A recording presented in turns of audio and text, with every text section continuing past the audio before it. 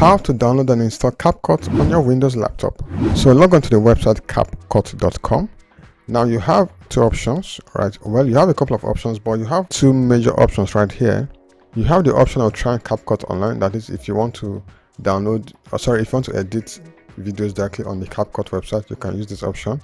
But since we want to download it, we go right ahead and click download right here. So it's going to give you another window asking you to start your download. Now, if your download doesn't start automatically, you can go right ahead and click this option. So I'm going to do that.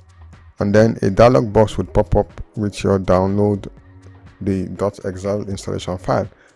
So once your download is done, you go ahead and open the folder. So this is the software we just downloaded. So I'm going to right click and say select as administrator.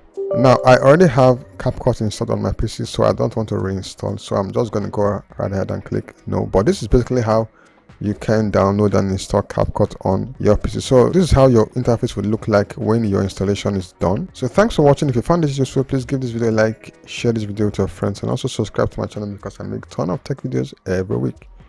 Thanks for watching once again. See you in my next video.